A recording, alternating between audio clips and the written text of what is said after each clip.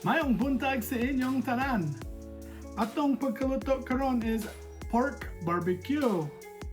Sa atong ingredients in front of us, we have suka, tuyo, brown sugar, banana ketchup, ug Korean barbecue. Sa atong diri ang baboy. Man atong baboy makaluto. Naghimot ta na baboy nga nipis akong ipakita sa inyo. Nipis. Naghiwa.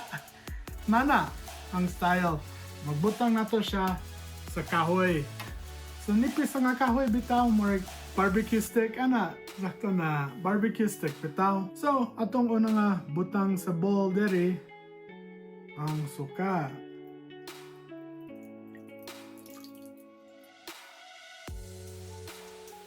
Ikaduha ang tuyo.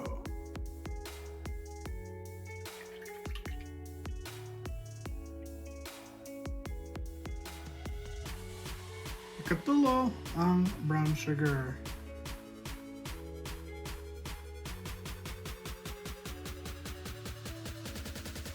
Kaupat, banana ketchup.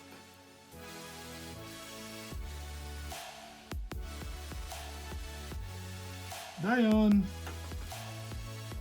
ang Korean BBQ Sauce.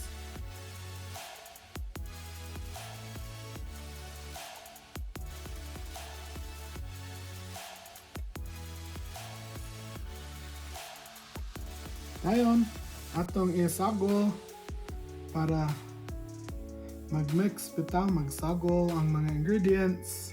Ang banana ketchup dapat wala nimo nakita iyang kwan dagway. Magsagol nimo siya hangtod mawala ang kwan hitsura niya sa imong sauce. Sige, nagsagol na ang kwan banana ketchup, nagbutang ako ang kwan pimenta. Sige, human na ang kwan, butang og pimenta. Magsagol pod na.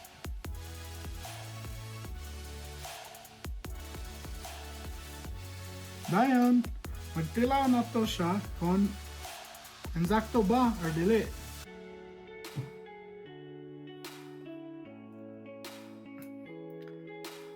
Insakto gid na. Nagtilaw nimo ang suka, nagtilaw nimo ang tuyo, ug banana ketchup, ug ang pimenta. Karon, mabutang na to ang kwan baboy para mag-marinade siya.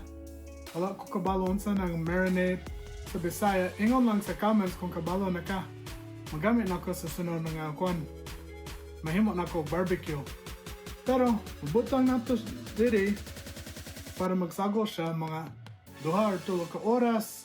Pagkahuman, butang na to ang kwan baboy sa barbecue stick, sa kahoy.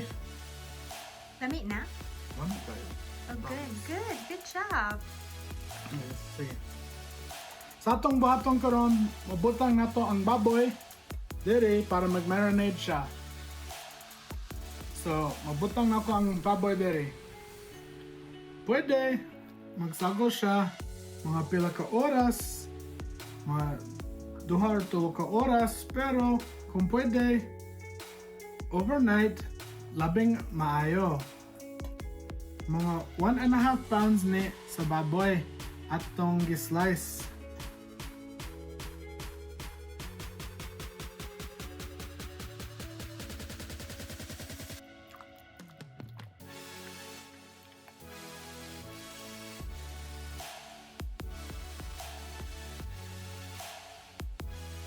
Daghan salamat sa imong pagtanaw sa akong video karon ug daghan salamat sa imong pagtanaw sa mga video sa akong channel.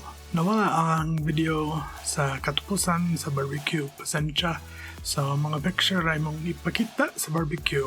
Unta magsulay mo ang recipe sa barbecue, lamay kayo siya.